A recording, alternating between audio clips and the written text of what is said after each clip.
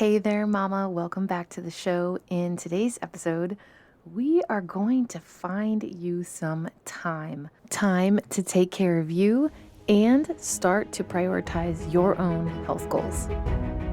Welcome to Reps and Redemption. What would your life look like if you started to prioritize your health and your faith? Have you been up late at night Googling healthy grocery lists, upper body workouts, or quiet time with God ideas? Hey there, I'm Ashley Harvey, college athlete, Jesus follower, now wife and stay-at-home mom of 3 daughters. In this podcast, you will be motivated to build your physical strength, increase in biblical wisdom, and utilize tactical health tips. If you're ready to be a part of a like-minded community of moms who want to be bold in their faith and live well, you're in the right place. Grab an iced coffee or a Celsius and head to the gym. Let's dive in. Hey there, welcome back to Reps and Redemption. I am so happy you are here today. In today's topic, I wanted to start with just kind of telling you, sharing with you, letting you know that I understand how challenging it is to really do anything for ourselves as moms, as homemakers, as stay-at-home moms. That is the majority of my audience, the community that likes this show. Please share it with a friend if it has encouraged you or inspired you. This is something that is always on my heart because I know how difficult it is to find time. Time to sit down and have a hot cup of coffee, much less go to the gym for an hour or 30 minutes even. And I think that it's important to understand that your health as a mom, as a wife, as a homemaker, as a daughter of the King, your health is important. If mom is under the weather or not feeling good or not feeling her best or not even mostly there, things start to unravel right before our eyes, right? We start to get maybe even a little bit bitter or resentful that we don't have anything outside of the roles that we're in the current moment. Ask me how I know. And it's important also to note that when your kids see mom take care of her health, her body, what she puts in her body. I'm not saying let's not have a treat. I love dark chocolate and I love cake. So I'm not saying only eat salad for lunch, but I am saying learn how to balance, a good representation of nutrition and a real food over maybe fast food or quick and easy things that aren't so healthy, but also have a little room for when, oh my goodness, I forgot to pack a snack situation. We've all been there. And I'm not saying it has to be fast food. You could run into Publix and get, a Greenwise lunch pack or something like that. But just being an example for the little eyes that are watching in wonder of how is she doing this? And they might not notice it now, and they probably won't, but it's going to become part of their habits and their lifestyle. And, just today, my bonus daughter told me, thank you so much for, making me love the gym and go to the gym. She did not always love it, and she would eye roll with how I did things. But she was at that age where I couldn't leave her for a long period of time. And she was also old enough to start lifting weights, maybe not super heavy, but she went with me. And now she's going on her own. And it is a slow progress, especially for kids who'd rather be doing other things. But they will get to where they need to be with health and fitness, of course, after they play sports and run around and do all the kid stuff. But when they get older, like my bonus daughter is 20. So, her softball days are over and she's got other things on her plate. But I have always prioritized fitness. And on top of that, I think it's really important to model nutrition and nourishing our bodies with healthy food. So I wanted to share this episode because of our time constraints and because of the way that our lives are as homemakers and wives, stay-at-home moms. A lot of us are in these roles, and even if you work at home or outside of the house, this applies to you as well. I have never found it difficult to work out or to find time to work out, honestly, until I had my 1-year-old. She is one, and well, she's 15 months. So I didn't really feel the tension with that, with, my oldest who's 20 now and my 5-year-old. And I think it's because it's just, it's just one kid, one little kid. And it's very easy to maintain. Once you get the hang of it, of course, it's kind of a shock factor at first when you're not used to caring for a life, but it's easier to maintain just one little one and just kind of go with the flow with that. And she got really used to it at a super young age, but now adding my 1-year-old to the mix, and she's been going to the gym since with me to my workouts or in the stroller, however we can figure it out, or watching me at home. And, since she was 3 months old, and it is harder because there's a lot of other things going on. So, for example, we're about to leave, we have an explosion in our diaper, or, I forgot the snacks. I have to turn around and go back. She's having a really hard day. They message me, please, XYZ has happened. So it is a lot harder.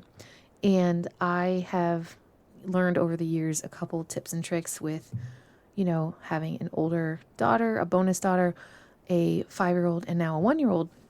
And I wanted to help you find time for yourself, and not just to sit and have coffee, even though that's great. You can implement the other things that you want to get done in this as well, because we all need that downtime. Today, I am going to help you find 3 hours to exercise every week. And these are just kind of, surface level, but I think you might find a couple, maybe one, even if one is a shock and you're like, oh, I didn't know I could do that, then I have done my job. I'll say it like that.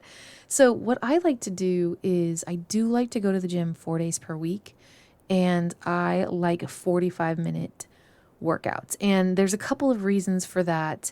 I do hit cardio a little bit more, mainly on one of those days, because the other 3, I am honestly 100% lifting weights and lifting quite heavy.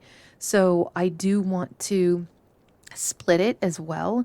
And I tend to split upper, lower, upper, and then kind of do a cardio day. So it's kind of like an active rest, but it also gets us out of the house. And I am able to maybe go in the pool after and take, swim after a cardio session, something like that. And that is kind of like what I like to do. The other option, because you can still do a split, and when I say split, it's just focusing on upper or lower, and then you would switch it the next week. So if today's Monday, I would do legs, even though I guess it's notoriously chest and triceps day, or mainly chest day, and I would do legs. Then Tuesday I would do upper, and so it would be Monday lower, Tuesday upper, Wednesday break, or I would focus on the cardio, and then Thursday off, Friday I would do lower again, and then the following week I would switch it and start with upper body. Now sometimes it works like that for me, and sometimes it doesn't, because if my workouts are cut short or I only make it for the last 30-ish minutes, like I did today at the gym, then I will make the proper changes so I'm still lifting heavy, but I might not be able to hit all the exercises that I would like to hit that day. And then I have to roll them over into the rest of the week. I can explain why I do that on another podcast, but here is 6 ways to find 3 hours for you to exercise every week. And the other way is what I was going to say is 3 days per week for 1 hour. So this is kind of on the lower end, but if you're lifting heavier, this will work really well. So 6 ways that you can find time. Let's go. Number 1, you are going to wake up before the kids wake up. And right now, this is my least favorite because I don't know when my 1-year-old is going to wake up. I am trying to push her to 6:30. This past week, it has been 5:30. The week before that, 7:15. I'm trying to set her time on her little Hatch wake up thing so she can wake up at 6:30, and the earliest I will go in there is 6. So obviously, unless she's upset or something, usually she's just playing for a few minutes, and I'm just trying to get her there. So it's kind of hard to do right now, but I was doing this before she was born. I was able to work out early if I wanted to, and sometimes I enjoyed it and sometimes I did not. But this is the first way. You do it before they get up, and you got to give yourself enough time if you need, to eat something first, or if you need to have coffee and your quiet time, your Bible time first. You have to make it happen. And the reason why I don't do this right now is just because I just fear my time's going to be cut short. But it's still a way for you to find time to exercise. Number 2 is nap time. Now, this even works for me I have a 20-year-old, a 5-year-old, a 1-year-old, and it works because my 1-year-old will take a nap, and my 5-year-old and we will do homeschool. And after she's done, I allow her to do some tablet time, or she's allowed to watch. She loves Dino Dana, something like that. This is just what we do. If you don't do screens, you can do, and we don't always, sometimes I'll say, can you color instead? Let's do this, or let's do this project, and mommy's going to work out, or I'm going to work on this show. So I've done that a couple times if I knew I'm not going to make the gym. So nap time is your number 2. Number 3, this is with the kids during the outdoor time. So this was super easy when I had Azariah, who was 1, 2, 3 years old, because I joined this awesome little mom gang. It was called Stroller Strides in Tampa, Florida, where we used to live. And I loved it. It was awesome. It was more HIIT than heavy lifting because you're pushing the stroller. You're trying, and the leader is trying, like the head coach is trying to keep everybody going so the kids don't get super antsy, but then we stop. You stand in front of your kid, you do squats, you use your bands, it's push-ups. It was killer, and I loved that. It was awesome. I don't know how it would go now with a 5-year-old and a 1-year-old, because I know my 5-year-old would want to be out running around, and probably my 1-year-old too. But if you are a new mom or your kids can sit in the stroller for a good 45 minutes while you push them around, and it's kind of entertaining for them too. One of the coaches we had would blow bubbles while we stopped, and bubbles would go down the line of all the strollers, and the kids would be so excited about it. And another coach would read a book, and we would be doing a bunch of different workouts during it. And I'm telling you, I felt this the next day. Like I said, it was more HIIT. You're not lifting it really heavy, but you're getting in the sweat, and it is awesome. The other idea is you could just go, if your kids are older, you could just go out in your backyard and create your own circuit. I love circuit training. It is one of my favorite things to do at home, and you can do that easily outside or inside. But it really does help if the kids are outside, because then they're getting out energy and they're seeing mom work out. And yeah, you might have to stop, go, but at least you're doing it, right? So it doesn't matter if you have to stop, go. You just do it. So that was number 3. Number 4. This is my favorite, if you haven't noticed yet, but go to the gym, because they have childcare and it's a bonus. And I believe my membership for me is $29.99, so that's $30. My oldest is 10. Well, I'm not talking my 20-year-old is the adult price, but my 5-year-old is $10 a month. And then I think, because, I added we added my 1-year-old when she was 3 months old, and she's, I think, 8 or 10.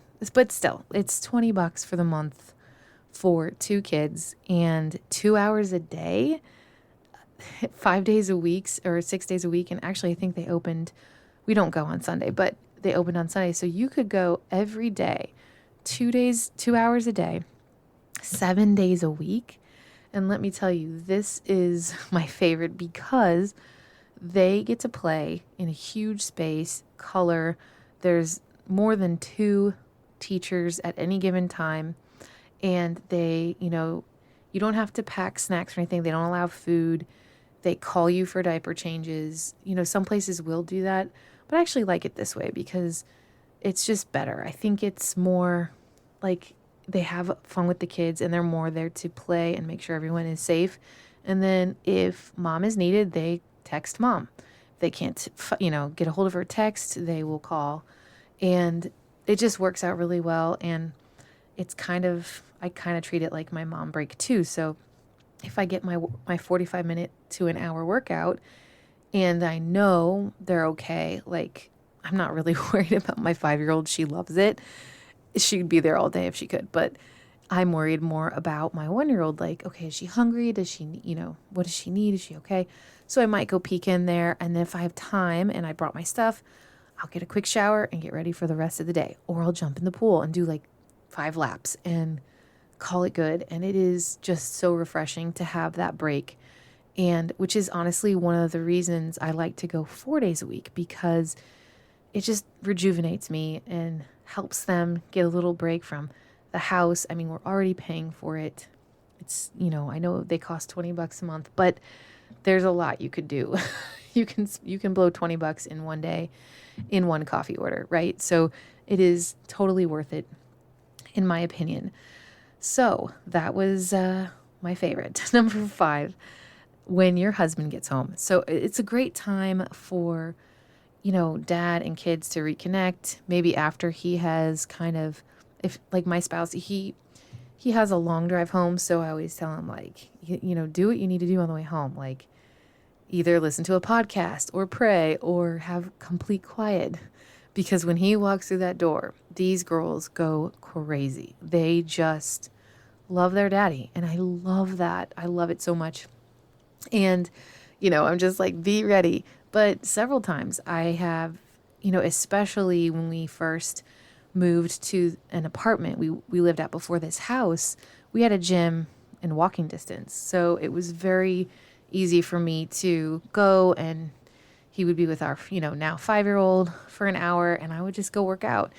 And that was really helpful. Now I don't like doing that because the gym for us is 20 minutes away. So I don't really go at that time. But if I want to walk or go for a jog or something like that, he is totally game. And, that you also get to recharge for the night, for the bedtimes, for the dinner, if everything is done. And if you need to work out when your husband gets home, you need your 30 minutes to an hour, you have everything done, ready to go. So maybe he does dinner with them or gives them snack or preps them for bed or whatever it looks like for your family. So number 6, last but not least, this is post-bedtime PM. So this is the 45 minutes, hour time frame after you put your kids to bed. This is your thing. You go outside, you go in your garage, maybe you drive to the gym since your husband's home now. And I know you're tired. And actually, this is when I'm recording this episode. And it's not ideal before everybody wakes up or after everyone goes to sleep. But it is still a way to find time for you to take care of yourself. And maybe it's not as heavy, lifting as heavy as you want or as intense as you want it to be. But even just a walk outside and, a quick circuit in your driveway will help you just overall feel better. You're going to be more rejuvenated. You're going to just, honestly, I am just a better mom when I prioritize my faith and my fitness. And that's what this show's about. So I hope this has inspired you, and I hope you find your 3 hours. This is my lucky number for working out that I try to hit every week. I know it does not seem like a lot, and I'm not counting walking. So it's 4 hours total that I like to exercise and get moving, because I do like to walk 15-20 minutes a day. So total every week, I love just aiming for the 3 hours of strength training and then 1 hour of walking. But this is how you find time to do that. And if you're wondering, like, well, when do you walk? So we walk usually before dinner, and my 5-year-old will take her scooter out or her bike, and then my 1-year-old will sit in the stroller. And then after I do a couple laps and hit almost a mile or so, I'll let my 1-year-old walk one loop. And usually after the one loop, she's done. So I hope this has helped you figure out when you're going to work out, how you're going to fit it in, how you're going to start prioritizing your health and your fitness. Please let me know which one you're going to try this week. If this episode motivated, inspired, or challenged you, will you share with a friend? I would be so grateful if you could leave Reps and Redemption an Apple Podcast review. This is the only way I know you like the show. Please join the Facebook group for accountability and community. Link in the show notes. Be bold, mama, and live well. Until next time.